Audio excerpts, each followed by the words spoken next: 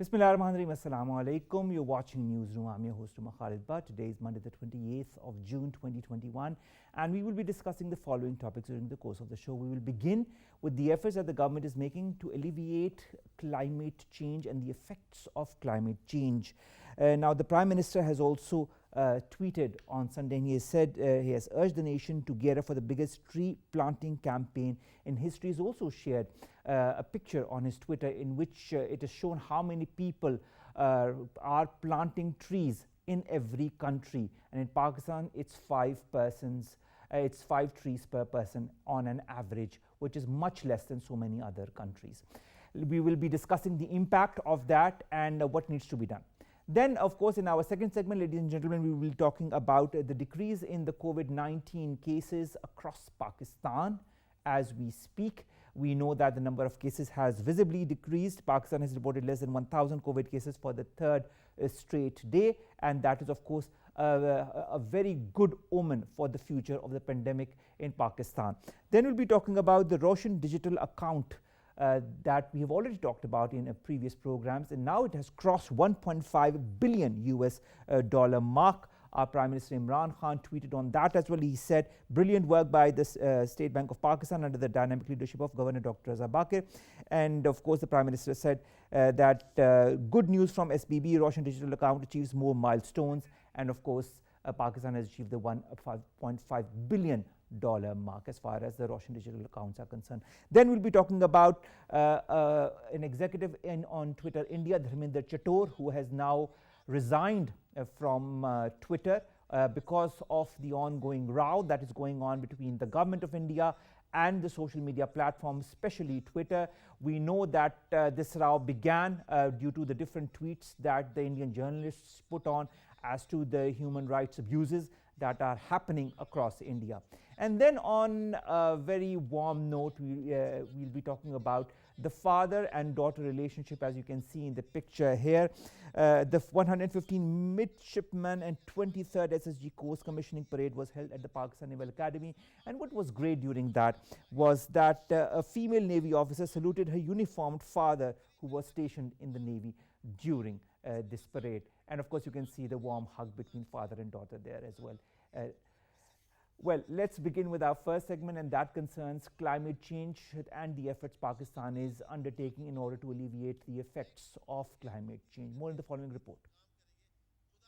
The world is grappling with the pandemic-induced colossal challenges, oblivious of another hidden global crisis that poses existential threat to humanity. Climate change and ecosystem degradation could pose challenges on a scale beyond living memory. While realizing the urgency of matter, Prime Minister Imran Khan urged the nation on Sunday to gear up for the biggest tree planting campaign in our history. The potential for Pakistan's economy to expand and develop sustainably largely depends upon the management of and investment in its natural capital. The effort by the government, especially after 2018, has paid a rich dividend, and now the natural capital like forest, wetland and natural areas are on a rise. The trend also promises to continue as a result of various restoration programs, including the 10 billion tree tsunami. Pakistan has robustly advocated the urgency to mitigate the climate disaster at the virtual 5th UN Environment Assembly. Furthermore, as a responsible global actor, Pakistan lent enough impetus to ecosystem restoration by state-sponsored ambitious environmentally resilient initiatives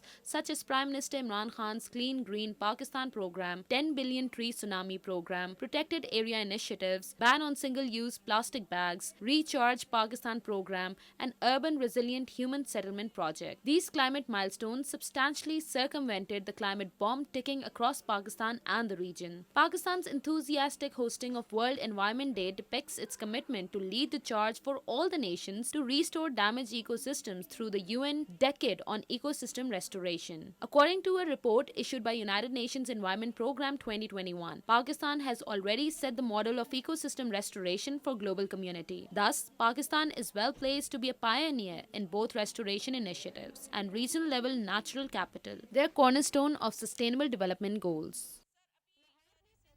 Now to talk more about the effects of climate change and what Pakistan is doing, we've been joined by Maryam Shabbir. She's an environmentalist. Maryam, thank you very much to have joined us. Maryam, when our Prime Minister says that we are at the bottom of the list of countries in terms of ratio of trees per person, how important is it for us to be cognizant as citizens of a country that is one of the most affected due to climate change? Well, thank you very much, Umar, for taking up this. Actually, it really depends that how much area Pakistan has for the forest cover, and we do have less than 5% forest cover in Pakistan, which should be ideally as per international rules and regulation and standards. But let me also emphasize that the countries in which we are making comparison with has very large area. I mean, they are bigger than Pakistan in terms of territory and landscape. Pakistan is not that big country. So although we are behind our target, but I don't think so if one country is planting on an average, one person is planting on an average 400 trees. So we have to compete them. No, we can't do that because we also have to see our area and our territory as well for that. As far as plantation is concerned, of course, it is very important to plant local trees whenever we talk about, and whenever I talk about this issue, I also talk about local plantation, because what we are looking at right now in 10 billion tree tsunami afforestation project as well is that it is good to plant olive trees because it will give fruit, but we also have to see its compatible environment in respective regions as well, because whether it can sustain itself in Pakistan. Yes, I mean it can sustain in many regions of Pakistan, but you don't have to plant everywhere that trees, because tree. You have to go local, because when we talk about ecosystem, it is very important to plant local trees, because in our childhood and in my childhood and other people's childhood as well, you must have seen that we used to see fireflies and we used to see butterflies, which we see no longer in our lawns. But that was because of the ecosystem that was so strong at that time. Yes, and that is also because of the reason because local trees are no more here in Islamabad. Then how to plant more local trees? What should be done by the people, by the society, by the government in that respect? Just ask your elders or your expert around you, or the people working in the labs or botanists, that what suitable plantation species is to be planted in your respective areas. Just do that.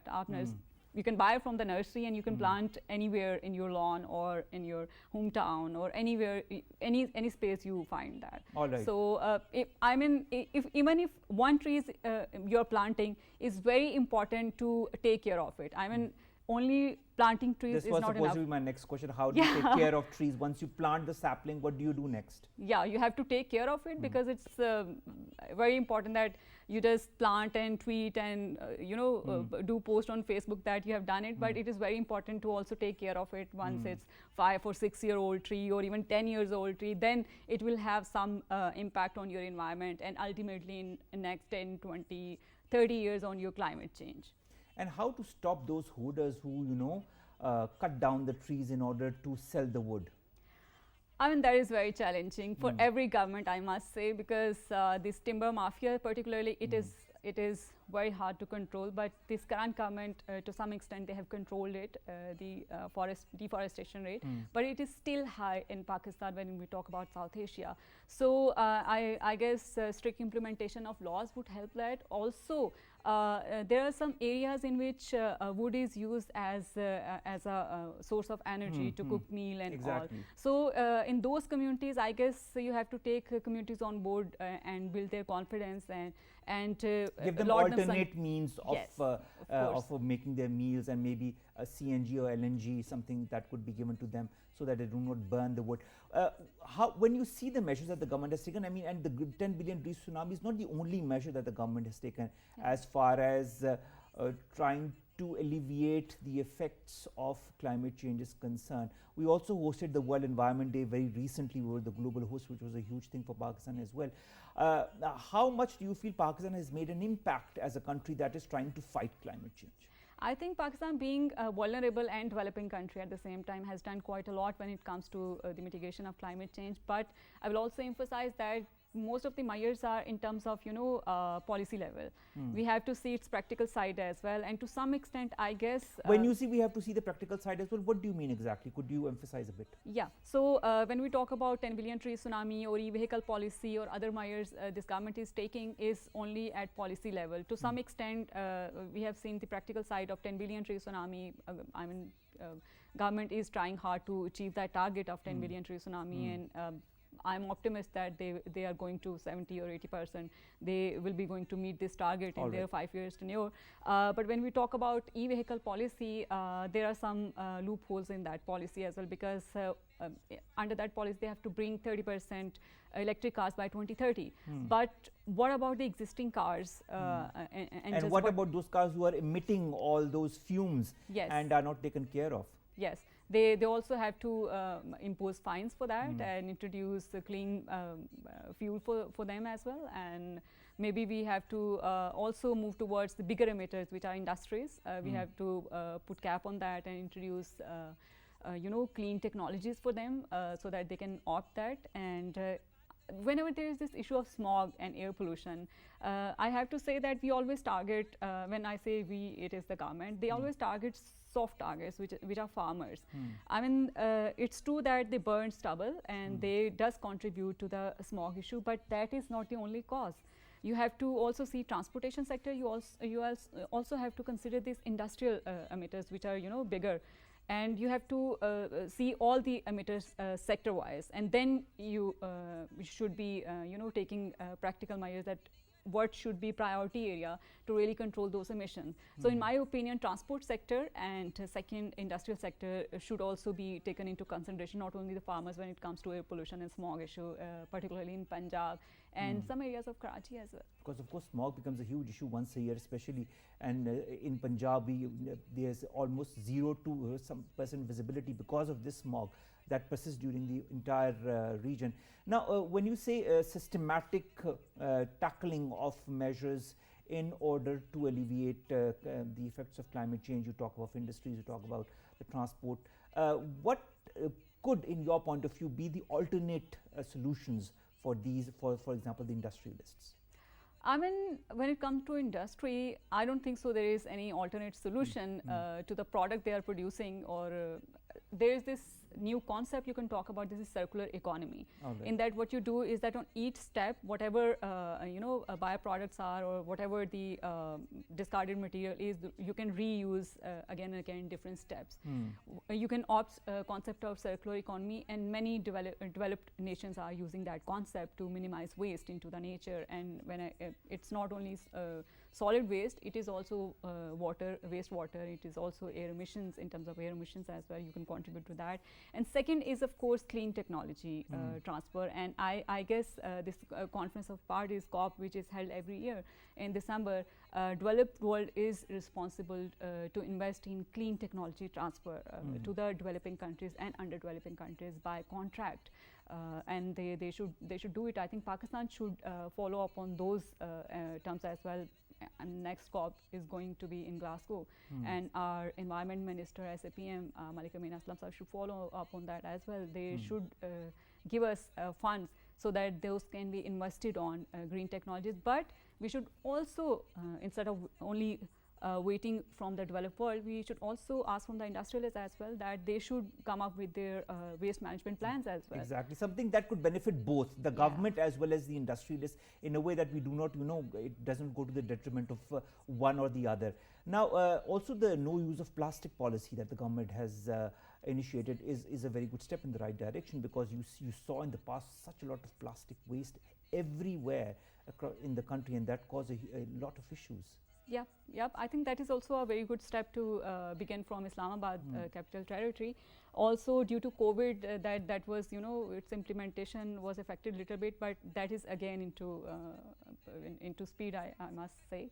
Teams, EPA teams are always in the market to really see that if someone is violating the law or something. But I think same should be replicated into other cities as well, if we want to really put on single use plastic on ban as well.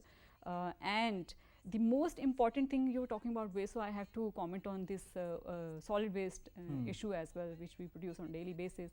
We do not have any mechanism to deal with that. I mean, if I'm producing some waste, I'll take care of that. I'll put into bin, I'll put into waste bag. What after that? It goes into open grounds, or it goes into our nalas, we call it in our local language, and it blocks, natural water pathways. And during monsoon season, which is about to arrive in Pakistan. Yes, and it will cause urban flooding in Pakistan in many cities like Lahore. You talk about Peshawar, Karachi. Developed countries use a lot of systems for waste management. What kind of system do you feel would be applicable to Pakistan? I think waste segregation at source would be really good step, and after that recycling must be done. And then third, which should come at very first point, is identification of landfill site at every city in every district level. Because if you don't have a landfill site, it will end up in your nalas and it will block your natural and it causes a lot pathways. of disease as well, you know. Yes, yes. So, I mean, that is something that we really need to take care of. How important is the role of the society, of yourself, of myself, of all the people around us, in order, because I think climate change is not only a governmental issue, alleviating the effects of climate change, but it is a societal issue and something that everybody needs to take care of on his or her individual level. What do you have to say about that? Yeah, that is very true. There are some steps which should be taken at the government level, which are not in our hands, but there are some actions which we can take in our individual capacity. What can we do? And number one, you can use less cars, promote cycling, and which is healthy, of course. We've seen a lot of people cycling, especially cycling.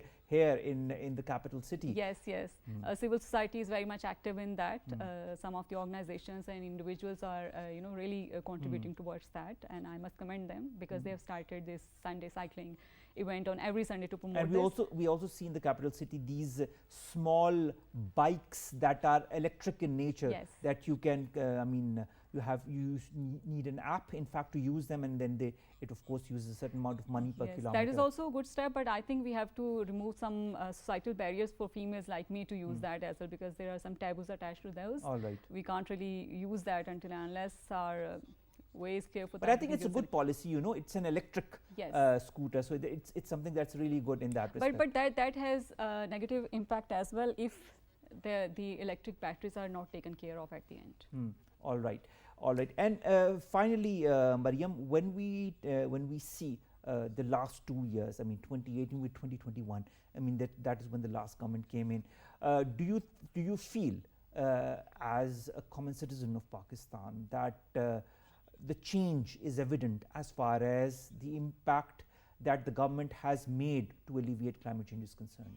I think this debate around climate change was not as much popular as this came with this Prime Minister Imran Khan's government. All right. I mean, Imran Khan Sahab is very much vocal about climate change issues and is very well versed in those issues. And then we have very capable Minister Malik Amin Aslam Sahab who has this background throughout his life. True. So I think this awareness and start of the discussion in developing country is itself a kind of achievement. I would really say this, but still we have a very long way to go to really tackle this issue. All right. Thank you very much, Maryam Shabbir, to have joined us in the studios finally instead of on Skype, and to have talked to us about climate change in Pakistan and how important is it for us individually also to take care of this important issue that is going to create havoc with our lives in the years to come if it is not curtailed at the right time and with the proper measures. Thank you very much, Maryam. Let's go to our second segment, ladies and gentlemen, after this, and that concerns COVID-19 and the decrease in COVID cases. Pakistan has reported less than 1,000 COVID-19 cases for 3 consecutive days. More in the following report, but before that, let's go to a short break.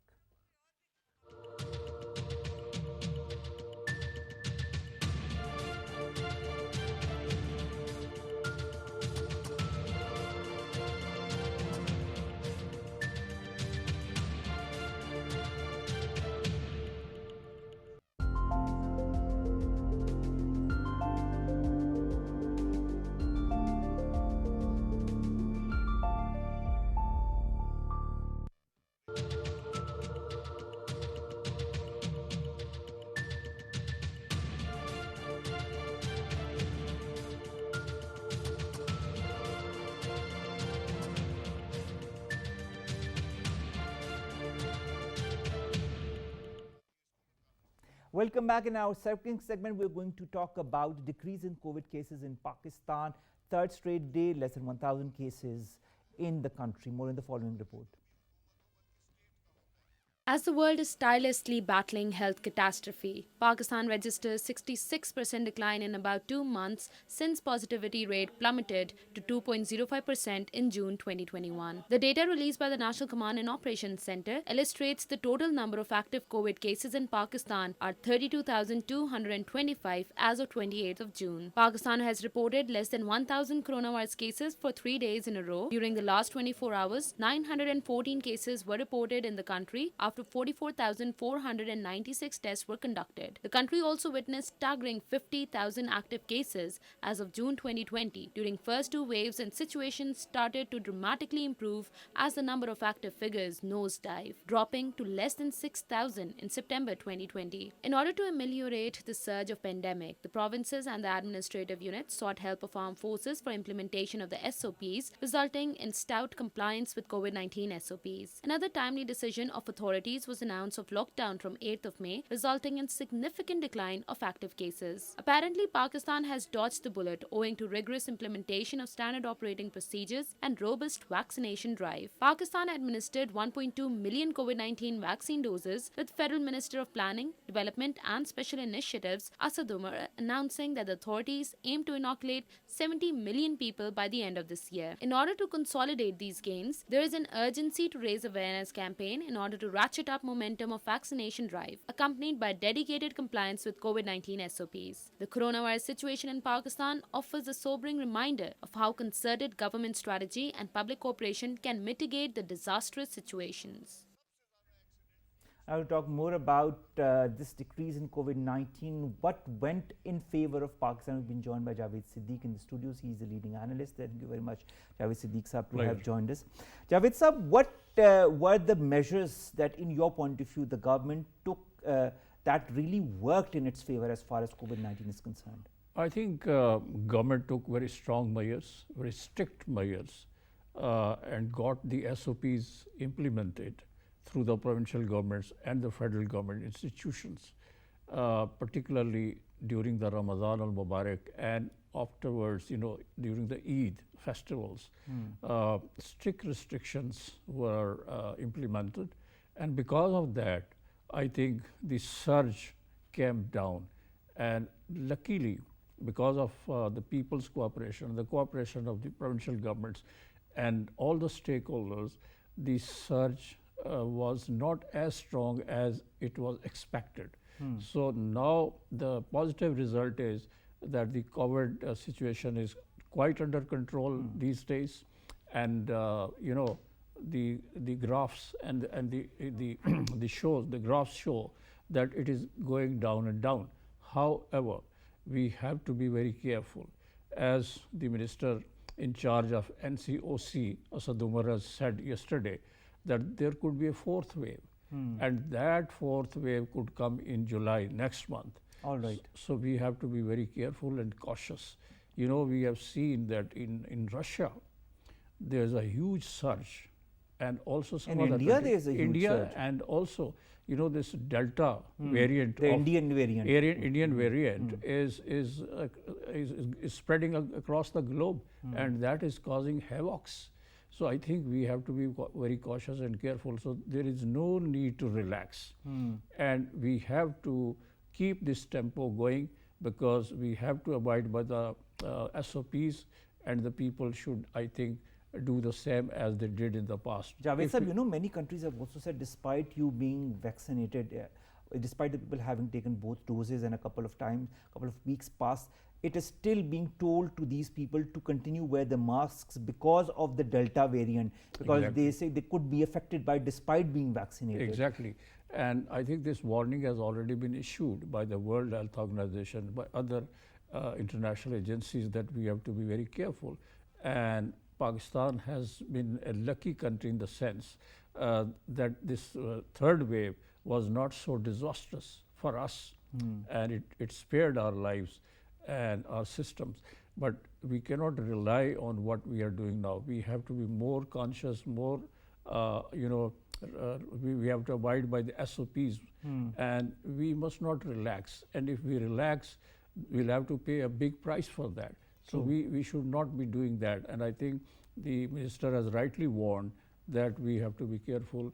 And in the next month, particularly, which Eid is coming next month as well. Eid is coming. So we are going to sacrifice the animals. Eid-e-Qurban is to be celebrated. And that is another occasion where the chances of spreading this COVID-19 are greater. So we have to be very careful. I think the government and the provincial governments, particularly the district administration and the Ministry of Health, plus the people, the ulamas, yesterday, even today, there was a meeting at the presidency of the religious ulamas and clergy where they have agreed that they would do their best. They would persuade people that during the Eid and these festivals, they have to be very careful and they have to abide by the SOPs given by the government. Only then, if all stakeholders on the same page and if they keep persuading the people that they should desist from the gatherings and they should not take part in huge gatherings and they have to be careful. But will people comply, Javed Sahab? This is the huge question mark. We did comply, the people did comply because it was strictly imposed during the last Eid. But will the government be able to apply the same measures for the next Eid as well? Because a lot of people will say, oh, now that the number of cases have decreased, so we can go and meet our family members and we can go and, go in big gatherings and we can go buy the animals. And especially it is at these areas where the sacrificial animals are present that there is huge numbers of people that concentrate at one single area and that could cause a distribution of the virus. That's a big risk and that needs to be taken care of. And I think the district administration plus the other relevant authorities, they have to be very careful and they have to ensure that all SOPs are taken care of, that they are abided by the people who are selling and buying these animals, the sacrificial animals. Otherwise, if we relax, there is a possibility, there's a big likelihood that this could spread. And whatever measures we have taken, and we have been able to keep this under control, under check, it may get out of control. So in order to protect our lives, the lives of the people and their families and their dear ones and society at large, I think we have to abide by these SOPs given by the government. Now there are two groups of people that I'd like to have your opinion on. A, who believe that they need not follow the SOPs, and B, the second group of people that say they do not want to get vaccinated because of different fears that they have, either fears that have been instilled through social media and other malicious campaigns, or what other people around them have been telling them as far as the side effects of these vaccines are concerned. How does one cater to these two groups of people? I think the first group that we have mentioned, which has been spreading the conspiracy theories about this COVID-19, and not following the SOPs. Not following the SOPs and spreading the propaganda that no, this is not harmful, this is just a Western tool. Or propaganda. Tool, and they want to reduce the world population and that kind of things. I think they are now proven totally wrong, and people must not pay any heed to what they are saying, and they must not follow their conspiracy theories. The other issue that you have mentioned is that vaccination. I think the world, if you look at the global I do not picture, just want to talk of Pakistan. I think it's a global issue. It is both a global, things. It is a global. Not following the SOPs and not getting themselves vaccinated. Of course, but globally now it is accepted that if we do not get vaccinated, it is we are vulnerable to this COVID-19 attack. And most of the advanced countries of the world, United States of America, European Union, Japan, China, and other countries, in these countries, majority of the population has been vaccinated. True. And they feel safe. However, some people had the adverse effects or the side effects of this COVID-19, but that is a minor vaccine. Vaccine. So that's very minor. But I think we must get vaccinated as soon as possible. The government is trying its level best to procure vaccine for the people to be vaccinated. That is a safety valve against this COVID-19 disease. So I think we need to be careful. We have to abide by these things, and we must not pay heed to these kind of conspiracy theories which have no basis at all. So I think people need to be very conscious. I think the media, the religious leaders and other people, they must tell the people at large, society at large, that they should not listen to these kind of things. They should not pay any attention to it, and in order to protect themselves and their families, they have to be vaccinated, and they have to abide by the SOPs given by the government. It is in their interest. It is in the interest of their families and the dear ones, and it is in the interest of the society at large. As far as vaccination is concerned, do you feel that the government needs to impose certain curbs to the non-vaccinated people so that it pushes them to get themselves vaccinated? Government is taking measures. I think in some cases, some institutions have said that if the employees do not get vaccinated, their salaries will be withheld. And that's a very important measure. Secondly, anybody who's traveling abroad, he has to be vaccinated. True. Because that is a precondition to travel abroad. Also, there are other measures being taken. That vaccination certificate is very important for the people. And I think this has proven to be very effective.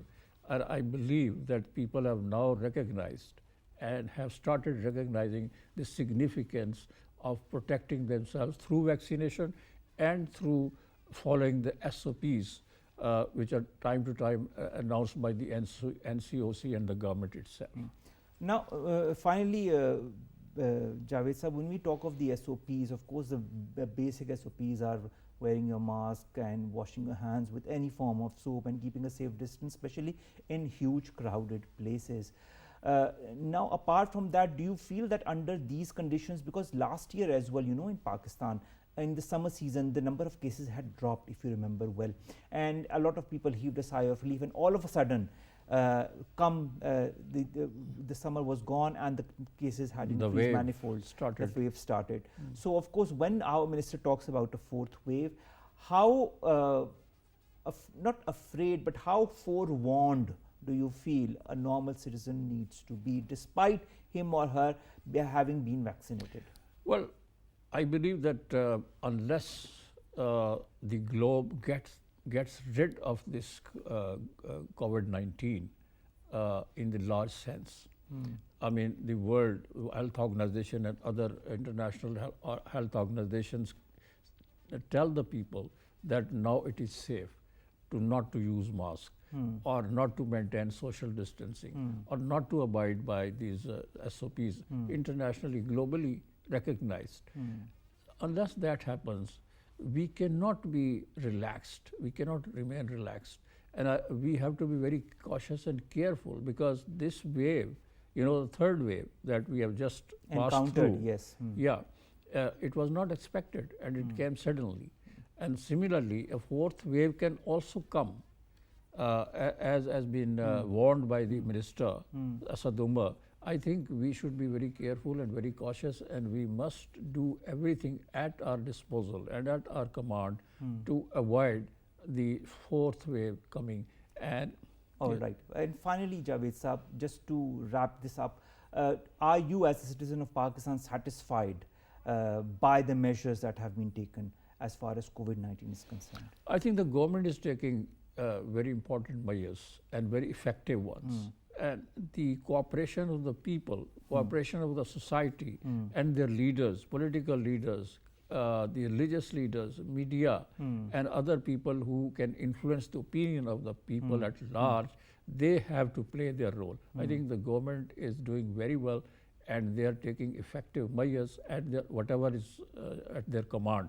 So, but the people's cooperation is a must. It's primordial. It is primary. And if the people do not cooperate, and if they do not actually abide by and they do not follow the SOPs, they will be doing harm to themselves. All right. Thank you very much, Javed Siddique Saab, leading analyst and journalist, who have talked to us about COVID-19 and what needs to be done, because of course we know the number of cases have decreased, but this trend needs to continue for the next couple of months at least, so that we don't encounter a fourth wave. Thank you, sir, very much. Thank you.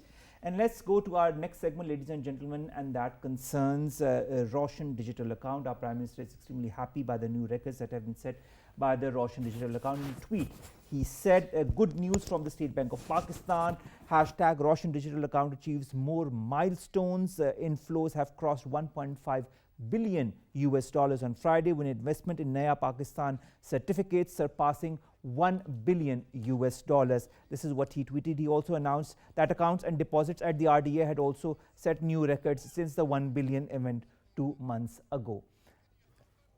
Now, of course, the fund inflows through the RDA have also crossed 1 billion US dollars in just over 7 months. The State Bank had also stated in this tweet.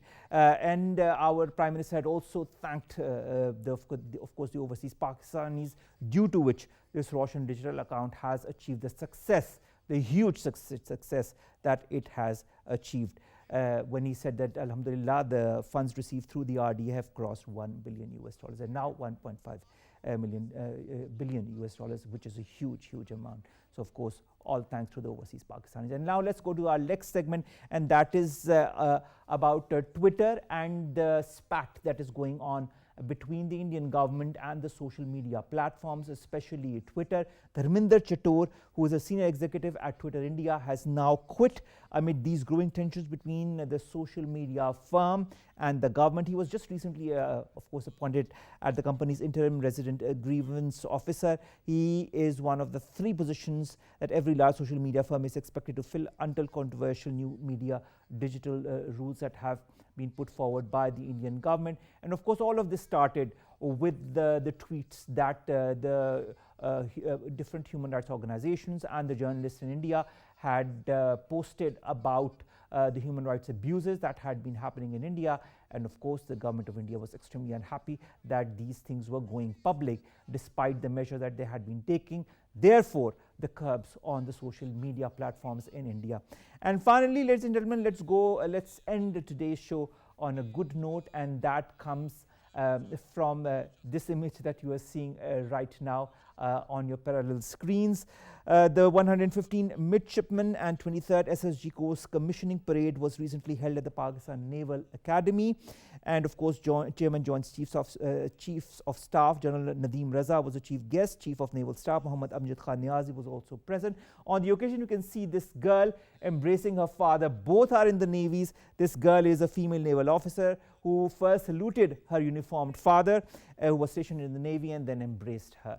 Of course, this goes to show not only that the fathers are proud of their daughters who are in the forces, but also it gives a huge wave of warmth that of course shows that human values still retain in our society. With that, we come to an end of today's newsroom. We'll see you tomorrow with new segments, new stories. Stay safe. Allah Hafiz.